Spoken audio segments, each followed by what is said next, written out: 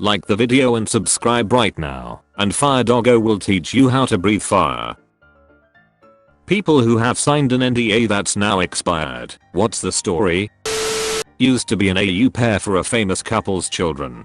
NDA was there to protect the family. I wasn't allowed to take pictures of the kids on any of my devices. The photos I did take on the provided device were not allowed to include their faces, and the rest were just general rules about not sharing their private information. Even to this day I won't sell that information, even though the NDA has expired. Probably some of the nicest people I have ever worked for.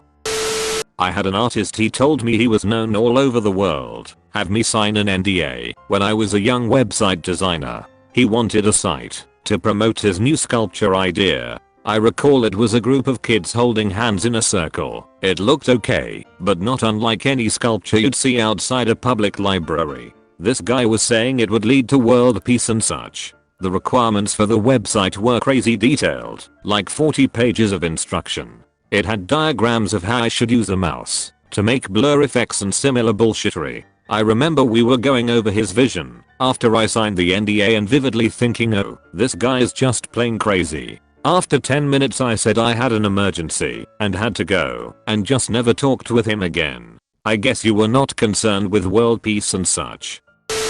I worked security for a gated neighborhood of extremely wealthy people, like Fortune 500 CEO, senator, or senators, sometimes both, etc. We got to know which cars were authorized without being authorized, because we weren't allowed to stop them, question them, or log them in any way, because they were coke dealers selling to the elite. Edit. To clarify, when I said state senator or senators, I meant senators from the state to the federal senate, not senators of the state to the state senate.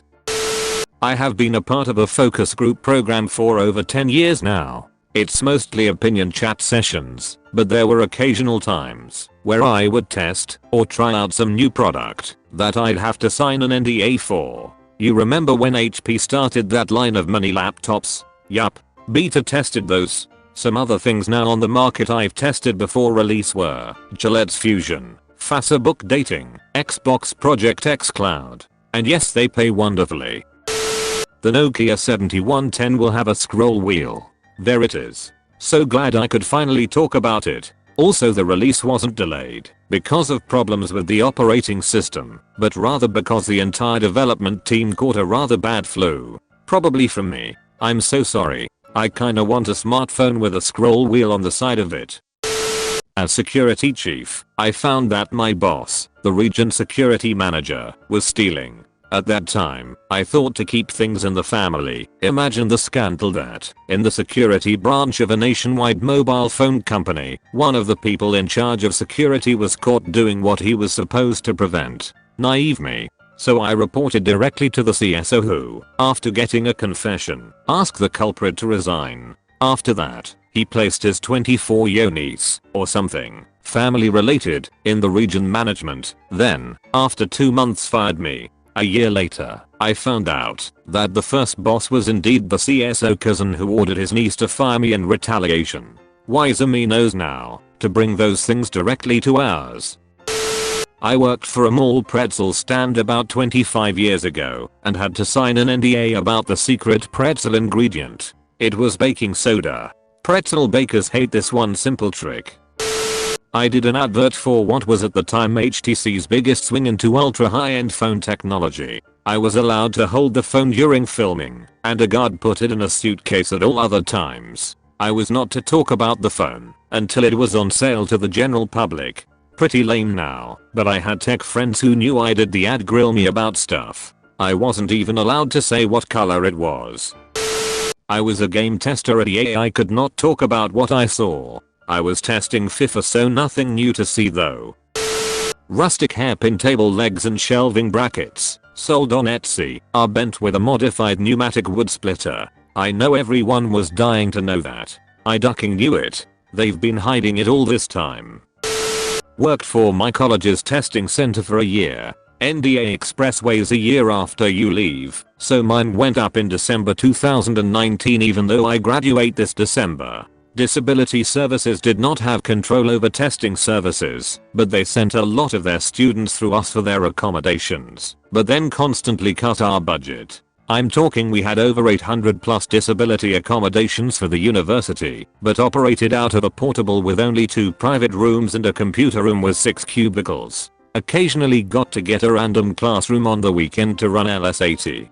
The amount of stories I have from my 1 year with them was wild. Students from the pharmacy program telling me I had no clue what I was doing when I would do the math in front of them to calculate their over 5 hours testing time. Teachers sending in tests to us for 6 classes that I'll use Google Forms and then sending us the wrong links, or in some cases passwords, which usually got mixed up with the ones for other classes, having to pull apart the calculator of a known cheater to make sure she didn't smuggle in any notes. She did. Teachers sending paper copies of tests through campus mail, which takes about a week to go through. It would be easier for them to walk it up.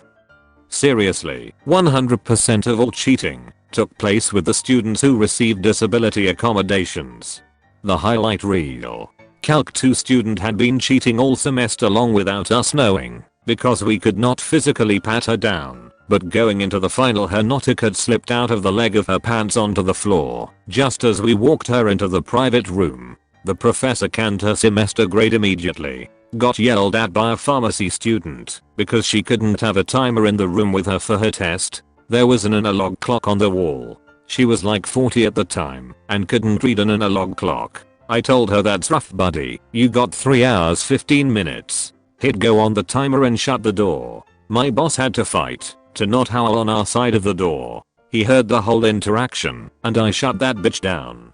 She was nice specifically to me after that. Had all the pharmacy students schedule a midterm for the exact same day. In addition to that, we had about 4 other students who receive accommodations schedule their tests. Not one person's professor allowed us to reschedule them. We ended up having all our staff on shift that day, used 3 extra portables with the disability services director's approval, which came like 3 minutes before the first 4 tests were supposed to start, and had to reserve a study room in the library for another test.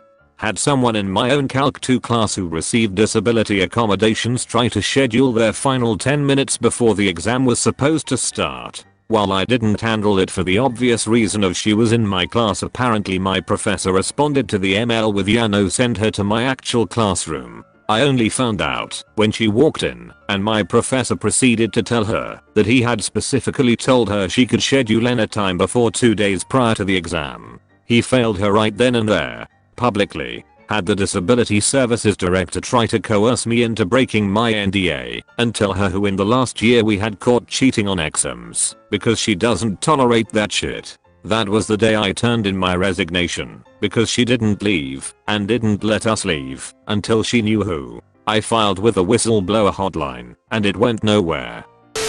I signed a NDA with EA Games in order to pitch them a game idea that myself and 2 friends had developed. They turned us down due to there being a similar title already being in production. That was 10 years ago, and there's still never been a game in even remotely the same vein as the one we pitched. Frustrating to say the least. Try again. Not with EA obviously. We need some new games. As someone who works in the entertainment industry and had to go out and pitch my shows, this is the nice way of telling you they think it sucks. I have also experienced just this type of thing. I got into a super small alpha test of a game in 2014. It was a new survival game, one of those where you build during the day and try to survive the night, and let me tell you, the game was so meh. I played in a small server for about 4 hours and was so bored I just stopped playing for the rest of my access time. There were all kinds of issues, not with the tech, but just glaring flaws in how the game worked. Some resources were way too abundant, some were really rare, there was practically no music, and the guns were dull. We also completely broke the enemy AI by building a jump pad to get up to a floating platform that required using your air control, so the zombies couldn't get up to us. The game was Fortnite. The feedback on that alpha we played was so bad they basically took the whole game back into development until the version came out. What we were playing was a pretty early version of Save the World, except it was more like a typical survival game. No British Rail back then, as you might expect. Edit. The more I think about it, the more I'm convinced this was in 2013, not 2014. I was still living in a dorm in college, so it couldn't have been any later than May 14th.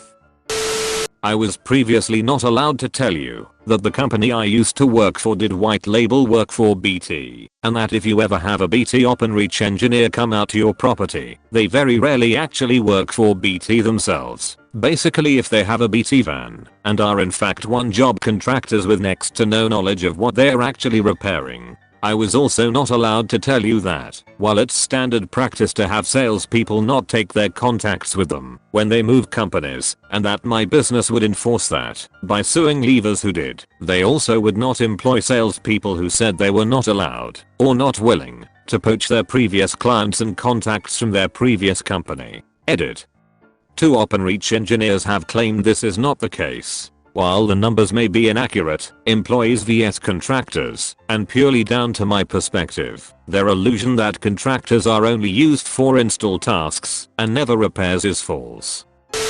I worked for a market research company for something like 4 to 5 years. It is without a doubt one of the most useless industries out there. In most cases, all the clients really want is for you to reinforce whatever opinions they already have. Trust me when I say the clients are sitting behind the glass laughing at you the entire time. Really vile stuff. Advertising people ducking suck most of the time. Also, has anyone ever had a recruiter for a focus group hint, nudge or straight up tell you to lie when going over the questionnaire? Some of the quotas they have to fill are insane. Just say you like Diet Coke, play the tuba, hate all sports, except badminton and drive a two-door sedan. I'm of course being sarcastic, but it can be that difficult sometimes to find people to fill a study, and fudging happens all the time. If half the people in a focus group are misrepresenting themselves in a study, then what is the point? Some people are smart and can pick up when going over the questionnaire what the focus group is looking for and will lie to get in. Then they get there a week later, totally forget what they originally lied about and completely duck up the study, thereby causing a world of crap to fall upon the recruiter's head. That's why recruiters will call you to confirm you are coming to the study. Yes, it's to make sure you are coming, but a lot of the time it's to remind you what you said originally. They know you lied, believe me. It's such a stupid industry. I recruited for a lot of medical studies and holy shit, don't get me started on doctors. I'm not even exaggerating when I say a good 50% of the doctors who we recruited were lying through their teeth. They can be paid well for an hour or two of their time, and some are more than happy to lie to get in. I heard just tell me what I need to say so many times. The thing is, if the study is being done to improve or develop a drug to help people, how can you sleep at night by lying about your expertise or experience with it? It was very disillusioning. I will say though that the other 50% of physicians had integrity and would never lie. They had my respect. In my experience, RNs and nurses were pretty much always on the level. Good people. Some of the focus groups I did really wore on me and still haunt me. Cigarette companies targeting teenagers? You bet your ass. I did more than a few of those. The cigarette company was never to be mentioned, of course. Too secret. The gist of them was to find out what teens thought was hip and cool. What kind of video games do you like? Kind of thing. The military did those too. So gross. From a secondary source, but trustworthy. John Travolta is gay. His partner was sick in the hospital. He came to visit him many times. Whole floor was emptied and everyone in the floor had to sign an NDA. But yeah, those rumors are true. Weird how they started way back then. I used to design and produce custom products. Clients would come to us with an idea and pay for prototypes and then production. I've designed products you see every day and others you don't see but are part of your daily life. Also many classified military products and projects. I was bound by an NDA to my employer. I'm named as inventor in many patents, but due to the nature of my employment, the company or companies I worked for own the patents. I did some IT stuff for a state government, a couple actually, but only one had me sign an NDA. Nothing terribly interesting other than there is so little for tourists to do in the state that they photoshopped people kayaking in the super polluted river that no one would dream kayaking in. Even worse, they listed attractions from the next state over as something tourists could do while visiting them. You've been visited by a burp doggo. Comment. Get off the tree, doggo, or he will fall down. Thanks for watching. Do not forget to subscribe for more daily videos.